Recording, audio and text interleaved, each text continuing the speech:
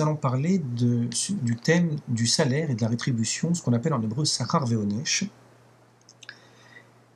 Alors, ici, nous n'allons pas l'aborder d'une façon générale, mais à partir d'une thématique particulière. Mais avant de rentrer dans le vif du sujet, j'aimerais d'abord faire une petite entrée en matière.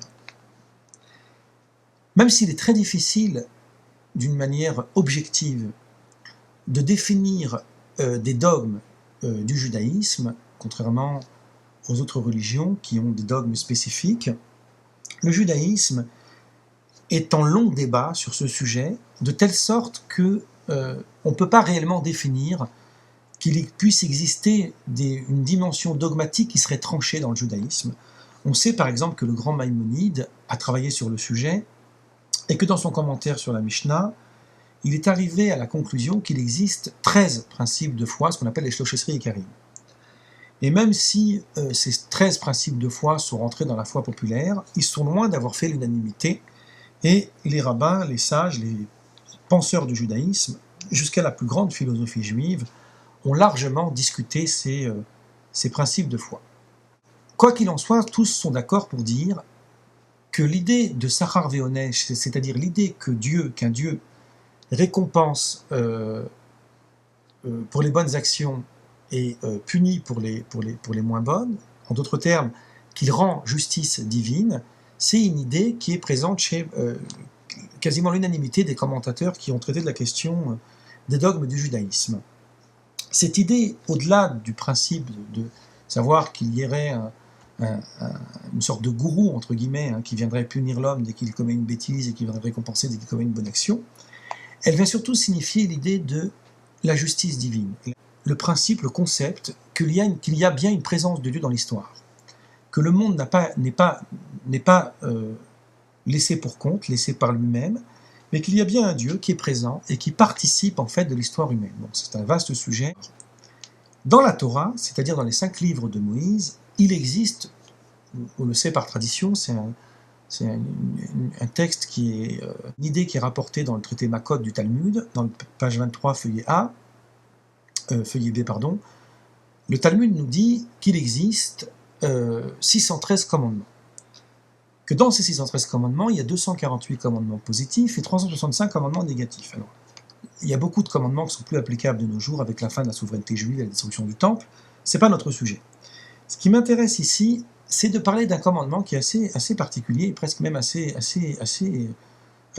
étonnant, qui se trouve dans le livre du Deutéronome, dans le chapitre 22, versets 6 et 7. Donc je vais d'abord lire ce verset, puis ensuite on va essayer de l'analyser.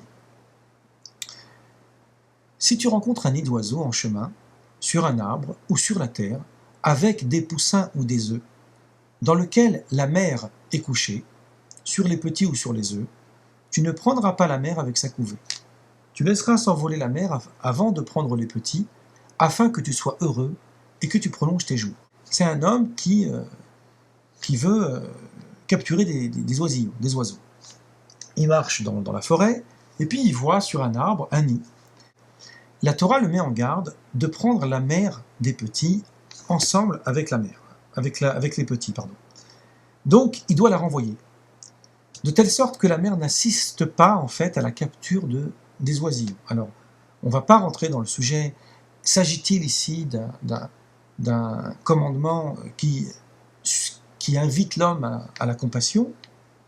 On trouve dans un midrash, dans le Deutéronome Rabbah, cette phrase qui nous dit « De même que la miséricorde du Saint béni soit-il échoue à l'égard de l'homme, ainsi sa miséricorde s'étend envers les animaux et les oiseaux. » La preuve, ce texte qui nous montre en fait que la Torah nous met en garde de capturer des oisillons avec la mère, de telle sorte qu'elle ne souffre pas qu'on ait capturé ses petits.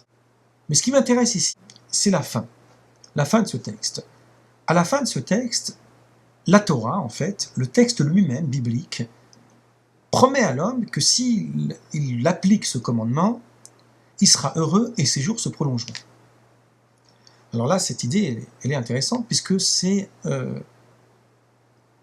il existe en fait uniquement 2 commandements dans la Torah, où la Torah dit explicitement que celui qui accomplit ce commandement, ses jours se prolongeront.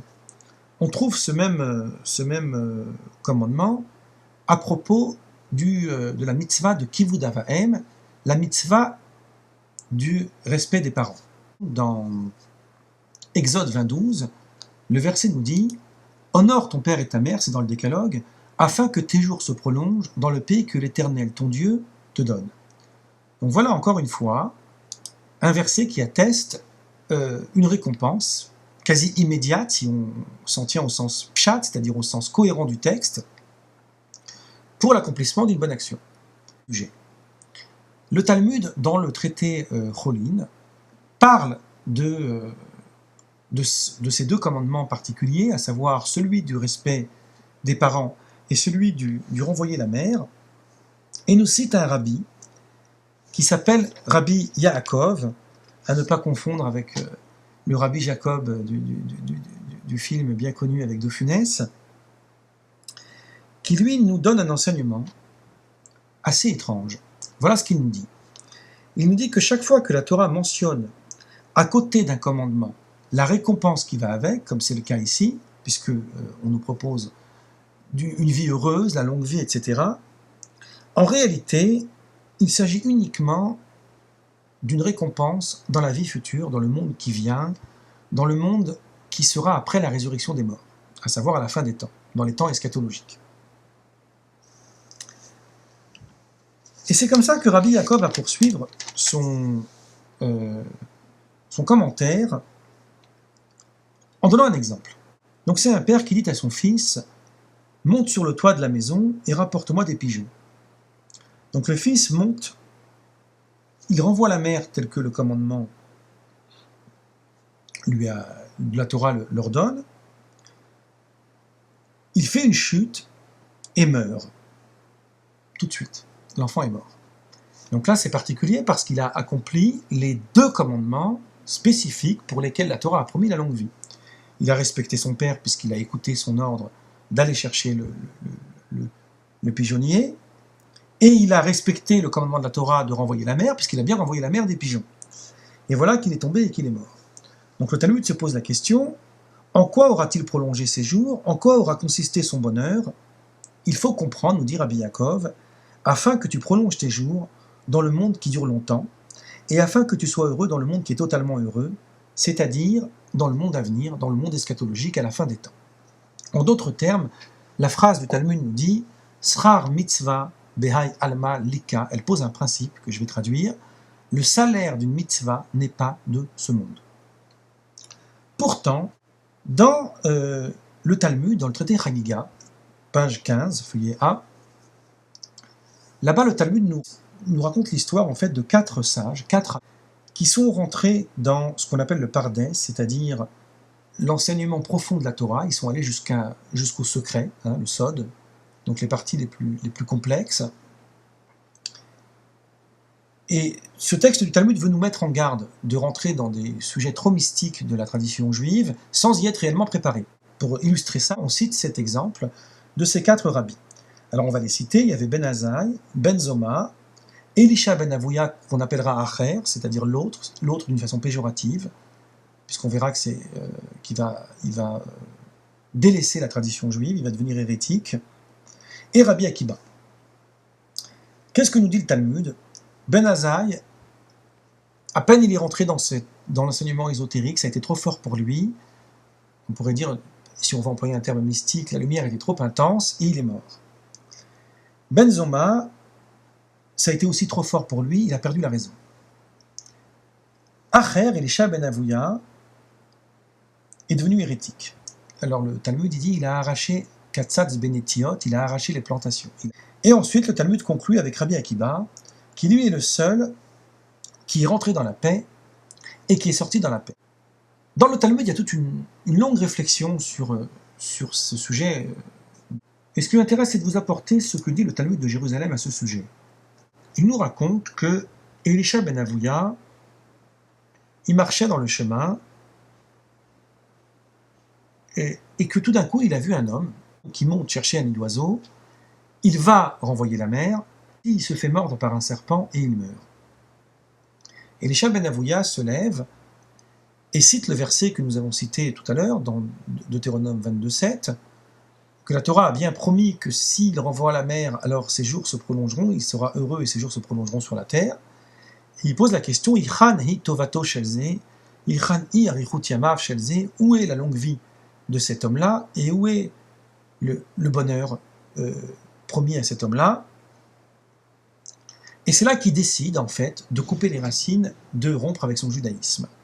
Et le Talmud conclut, Velo haya yodea, que Acher, donc Elisha ben Avouya, ne savait pas, chez Darshab Rabbi Yaakov Lifanim, qu'avant lui, déjà, Rabbi Yaakov avait interprété ce verset dans le sens qu'il ne s'agit pas d'une longue vie en ce monde-ci, mais une longue vie dans le monde chez Kulo Harour qui est entièrement bon. Donc Elisha ben Avouya rejette, si je puis dire, l'explication de Rabbi Yaakov, il ne la retient pas. Selon lui, s'il y a un salaire, s'il y a une longue vie, c'est forcément en ce monde, et si c'est forcément en ce monde, il ne peut pas mourir s'il va renvoyer le nid d'oiseau. S'il meurt, c'est que la présence de Dieu dans l'histoire est remise en question. Je viens de vous le dire, rappelez-vous, au départ, on a bien expliqué que la notion de justice divine, c'est bien pour démontrer ça. Alors moi, je vais aborder ce thème d'un point de vue halachique. Je vous ai déjà un peu dit dans la conférence précédente, et on essaiera à chaque fois de le répéter, notre axe est halachique. Et d'un point de vue halachique, quand bien même la halacha, c'est-à-dire la tradition, la loi rabbinique, s'accorde avec Rabbi Yaakov sur l'idée que Srar mitzvah be'ayal malika, cette phrase elle est juste, il n'y a pas de salaire en ce monde,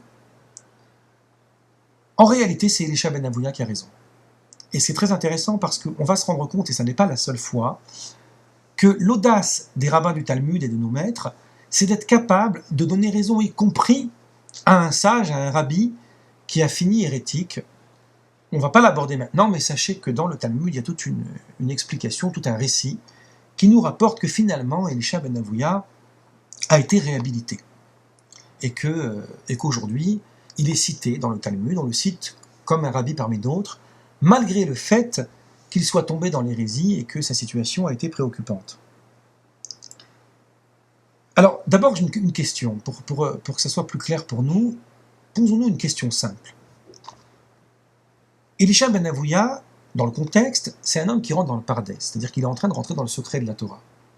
C'est-à-dire qu'il est en train d'étudier, comme disent les textes mystiques, l'histoire, le récit, la métaphore, en fait, de la grandeur de Dieu, de l'immensité de Dieu, de la grandeur de la Torah, de la grandeur de la création.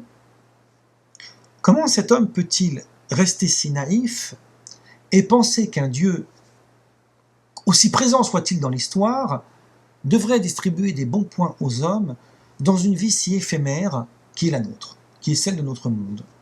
Alors qu'on pourrait au contraire imaginer et dire, au contraire, le monde chez Kulo Harour, le monde qui est entièrement long, le monde qui est entièrement bon, le monde eschatologique, le monde que les rabbins appellent Shlemut Asar, du salaire qui arrive à son apogée, le monde où on profite en fait de la Shrina, de la présence divine, où les soucis du monde sont évacués, il est bien préférable de recevoir un salaire à ce moment-là que de recevoir un petit salaire en ce monde, connaissant les limites de la vie terrestre. Et c'est exactement ce que nous dit Maïmonide. Dans son livre Mishneh Torah, dans ces chapitres qui parlent du repentir, dans le chapitre 8, alors je vais vous lire très brièvement le texte à partir des éditions du PUF, Quadrige, les presses universitaires de France. Le texte a été traduit en français. Voilà ce qu'il nous dit. Le bonheur réservé aux justes est la vie du monde à venir, que n'habite ni la mort ni le mal. C'est là ce qui est écrit dans la loi, afin que bonheur t'arrive et que tu prolonges tes jours, Deutéronome 22:7, les versets que nous avons cités. Versets que les sages ont expliqués comme suit.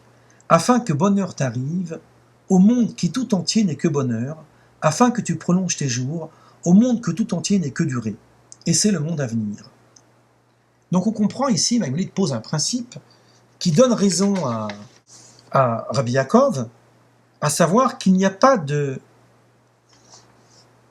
salaire en ce monde. Srar mitzvah behayal malika. Cependant, les choses sont beaucoup plus complexes que ça. Dans le chapitre suivant, le chapitre 9 des lois du repentir du Mishneh Torah, Maïmonide va se poser une question qui est, de mon point de vue, une question centrale du judaïsme. Alors il ne s'agit pas ici de faire dans la théodicée, c'est-à-dire d'expliquer le mal et la souffrance, ce n'est pas notre sujet, mais d'expliquer plutôt l'articulation de l'interprétation du schar ve'onesh, c'est-à-dire de la punition et du salaire, dans cette tension qui existe entre la vie terrestre et la vie du monde qui vient. Dans la Torah, dans le texte de la Torah, on trouve dans 2 endroits, à la fin du livre du Lévitique et presque à la fin du livre du Deutéronome, toute une série de bénédictions pour ceux qui accomplissent la volonté de Dieu, et toute une série de malédictions pour ceux qui s'en éloignent. Alors les malédictions sont assez terribles, on ne va pas les analyser maintenant, heureusement, on va uniquement parler du principe. Si on lit ce texte objectivement, et Maïmonide lui-même est d'accord puisqu'il le pose dans son texte que je viens de citer, il nous est impossible d'interpréter ces versets comme relevant du monde qui vient, du monde futur. Il est évident qu'il parle de ce monde-ci. Donc comment comprendre cette idée que d'une part, Schar mitzvah be'ayal malika, et l'idée que, c'est-à-dire qu'il n'y a pas de salaire en ce monde, et l'idée que les bénédictions et les malédictions concernent la vie terrestre. Pour répondre à ça, voilà ce que nous dit Maïmonide. Je vais le résumer. Je pourrais même dire, si j'osais un peu rentrer dans un cadre un peu plus profane, que Maïmonide y donne à ce texte une interprétation psychologique. En réalité, l'homme vit des tensions intérieures, des tensions psychologiques internes qui sont complexes, qui font que son comportement, son attitude, le dispose à une seconde nature. Cette nature, elle peut créer chez lui des dépendances. Alors Maïmonide a largement abordé cette problématique dans un petit ouvrage que je conseille à tout le monde de lire, parce que c'est une réelle entrée en matière de Maïmonide qui s'appelle le traité des 8 chapitres. Ici, il l'aborde très brièvement. L'homme qui pêche, qui transgresse, qui commet le mal, qui se laisse aller à la déchéance, il va s'embobiner, il va rentrer dans une telle dépendance qu'il ne pourra plus s'en sortir. Au contraire, l'homme qui essaye de sortir de cette déchéance et qui essaye de faire le bien, qui essaye de structurer sa vie, de la gérer, d'agir, de faire des choses, etc., il crée chez lui une disposition pour aller vers le bien. C'est une disposition naturelle. Donc, ce que disent ces versets, c'est exactement ça. C'est l'idée que l'homme qui fait une mitzvah, l'homme qui sert Dieu, qui accomplit la mitzvah de servir Dieu, il va être aidé, comme dit le Talmud, Abal et Ta'er Mesaye Inno, quiconque vient se purifier, on l'aide. Donc il va être aidé, on va lui ouvrir des portes, de telle sorte qu'il sera aidé davantage à accomplir d'autres commandements. Mitzvah goreret mitzvah, une mitzvah en entraîne une autre. Et donc il va augmenter son capital salaire, si je puis dire de cette façon-là, parce que le salaire, c'est pas ça qui est important. Ce qui compte, c'est la légitimité de son acte. Mais il va comptabiliser, en fait, par ses bonnes actions, jusqu'à ce que cet homme va se purifier, si je puis dire. Enfin, il va devenir un homme bien, parce qu'il va accomplir des bonnes actions. À l'inverse, un homme qui accomplit des mauvaises actions, qui fait le mal, dès qu'il commence à voler une fois, il est tenté par voler une seconde fois, par voler une troisième fois, etc. Cet homme, il tombe dans une déchéance. On a cette métaphore intéressante dans le Petit Prince, rappelez-vous, avec le buveur, où on voit un buveur qui boit pour oublier qu'il a honte. Qu'il a honte de quoi? Qu'il a honte de boire.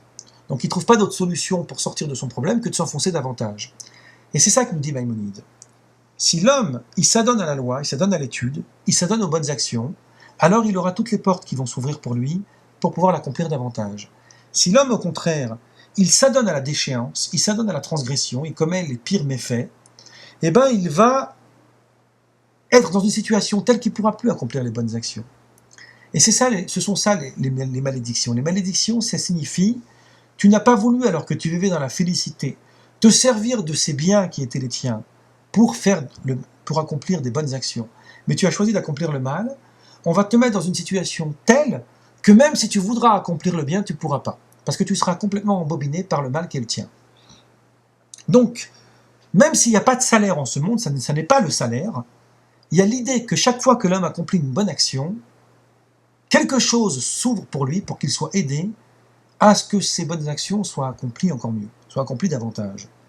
Et ce texte-là est en flagrante contradiction, et je dirais même en violente contradiction, avec le récit d'Elisha ben Avouya. Rappelez-vous, lorsqu'un père envoie son fils pour aller chercher le pigeonnier, ou le nid d'oiseau, et que l'enfant renvoie la mère, il accomplit ici ce qu'on pourrait dire une pierre deux coups.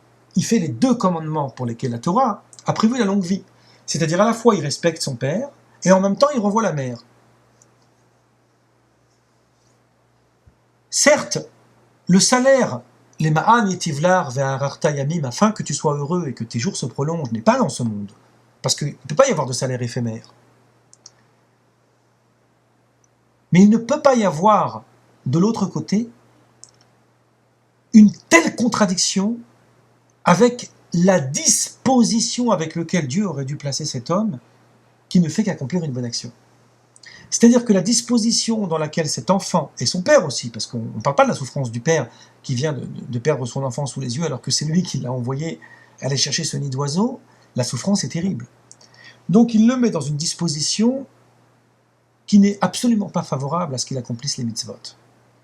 C'est-à-dire qu'il y a ici une totale contradiction, une totale dichotomie, une incompréhension totale entre l'idée de la justice divine, quand bien même ça ne serait pas dans ce monde, et l'épisode, le récit de cet enfant qui va tomber de l'arbre et mourir.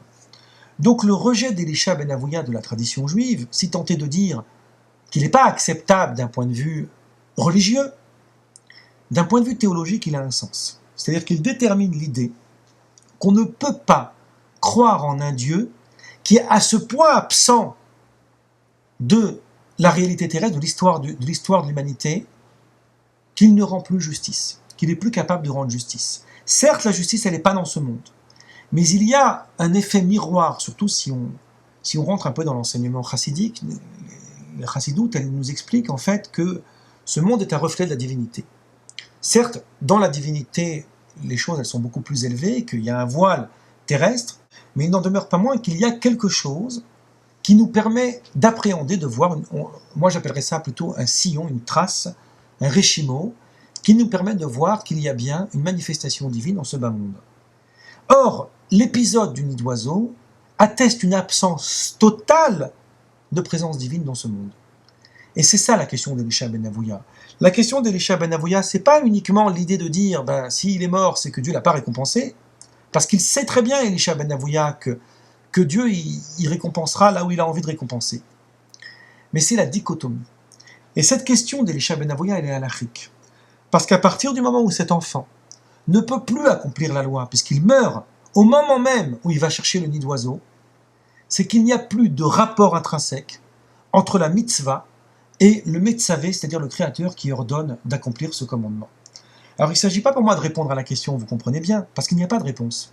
Parce que l'idée, c'est ou d'accepter avec la foi que c'est possible, et retenir l'idée qu'il y a une présence divine dans le monde, ou bien s'en tenir au principe. Le principe, c'est que d'un point de vue de la halakha, c'est impossible qu'un homme qui accomplit la volonté de Dieu, et qu'il le fait sincèrement, qu'il le fait lishma, c'est-à-dire qu'il le fait pour l'honneur de Dieu, il puisse avoir une entrave aussi forte dans l'accomplissement de son devoir. Voilà, je vous remercie de votre attention et à une prochaine fois.